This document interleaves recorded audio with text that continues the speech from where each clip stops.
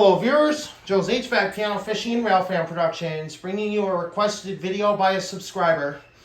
A subscriber had requested for me to do a video on my 1926 136 LV static display. So this is a commemoration of the Lehigh Valley Railroad, which we do have a survivor. And right there, off behind it, you can see another Lehigh Valley display. This one being a standard yellow of the LV. And the yellow jacket that was used on the passenger locomotives. So here you can see, this is the standard 136 LV display. I have fully restored it myself, as it took a lot of work. And it always makes me tired in the end. But between you and me, it is well worth restoring and displaying these old beauties. So this is history being preserved at its finest. So here you can see I've got my display disassembled so I can assemble and disassemble it in order to transport it from one room to another. So if I wanted to move this display downstairs, I have to disassemble it like I already did, and then I can move each individual piece of the display to the whatever room I would prefer to display it in. So like if I wanted to display it downstairs to the visitors, then I would more likely do that. So here you can see we're going to go into a little bit of detail about mill information, because I'm sure some of you probably asking me, is there any mill information about the steel mill that rolled it? Which I have discovered there is some information on there that I want to discuss with you guys. For those of you who are new to my channel or do not know what steel mill information is. So here we're going to take a look at the paint scheme itself. As you can see here, we've got a dual combo scheme. This means that it is a combination of two different variants that were never used on the Lehigh Valley Railroad. These are custom variants that were perfected based off the Yellow Jacket passenger scheme, which you can see right there. And these were just put on a static display that almost was not going to look good. So here you can see we have a 6-hole pattern, which means that these LVs, there are 6 bolts that go in. But first, let's go over the mill information. So here you can see we got some mill information right here. This one was made by the Bethlehem Steel Company. So that's part of the steel tin right there. OH, which is the open hearth cooling method. This one we're not exactly sure of the month, but I believe it's October and November that it was rolled, and the year of rolling was 1926, and the profile is 136 pounds LV. So you can see this is the Blue Jacket paint scheme. Even though it was a variant never used on the Lehigh Valley, somebody had requested me to make the variant while doing the restoration procedure. So you can see here that is your mill information right there. This is a 136 LV, 136 pounds per yard in the LV profile, rolled in October and November of 1926. So now on the other one, on this display here, we also have some mill information, or a little bit more of mill information that can be found on the other side of the rail. So here you can see we got the same thing. We got 1920 something open hearth. So this one's probably a little bit older. We're not sure exactly how much older this one would be. But this one I would assume, this one actually does have part of the year on it. So I couldn't tell you what the exact year was that this was rolled. But I assume it's either 1924 or 1926 that this was cast. Or, excuse me, not cast, rolled. These are hot rolled steel, open hearth cooling method.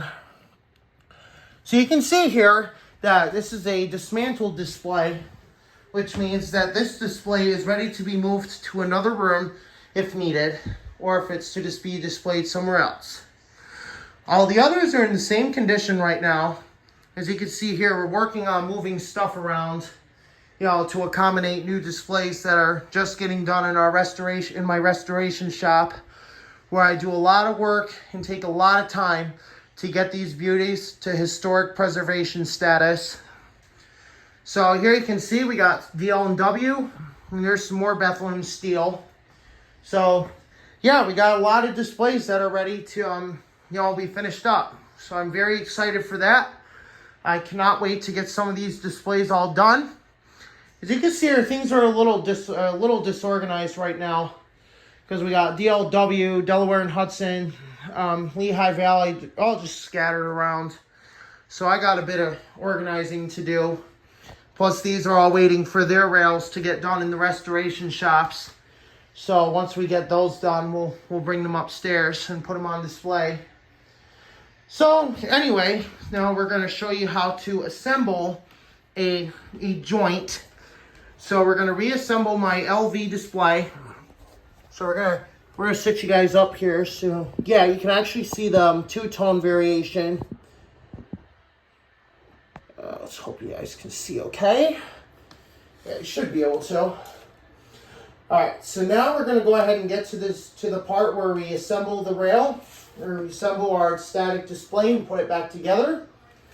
So we're going to start off by getting our other bar over to the other side where it belongs, because this goes on the other side of the rail. And yes, I like to join my displays together sometimes, especially if they are original pairs. You know, this really comes in handy if you want a nice tidy display. So you see we got our bar, so we're going to go ahead and flip it because you want it facing this way when you go to assemble it. And then you just simply put it together. Now, no, I'm not a labor specialist or anything like that. I just happen to know how to do it just from experience in working with my dad, because my dad taught me a lot about this. So this is a really, really great skill to have. So you can see the bar just fits simply like this. And we're going to shift it a little bit to try to get it the way it should be.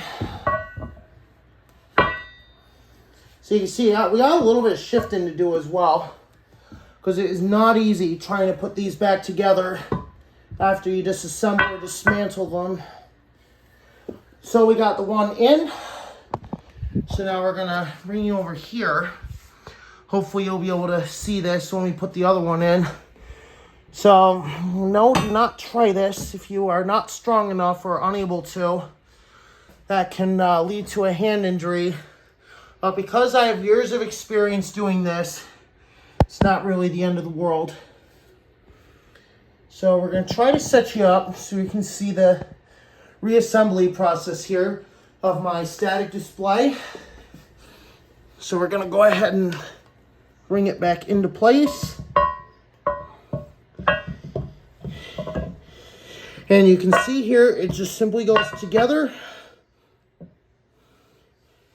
And just like that, we have pretty much reassembled my 136 LV static display.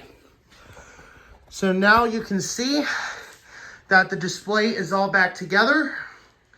So this is what the display looks like when fully completed. So if you are lucky enough, like I am, to be able to have such a skill and a hobby for preserving history like this, feel free to put comments down in the feedback section of the YouTube. And also while we're at it, we're gonna show you what our next display is gonna be that we're gonna go over. My Delaware, Lackawanna, and Western Bloomsburg branch display. So you can see here, we've kind of replicated the Bloomsburg branch a little bit. So we'll go over that in the next video. Thank you for watching. I hope you enjoyed. And if you want to see any of these other displays here, feel free to comment down below which one you want to see. All you have to do is just screenshot and send it to me on Snapchat. My Snapchat is PIANO, no space, TUN. Thank you for watching. Let me know which display you want me to go over next.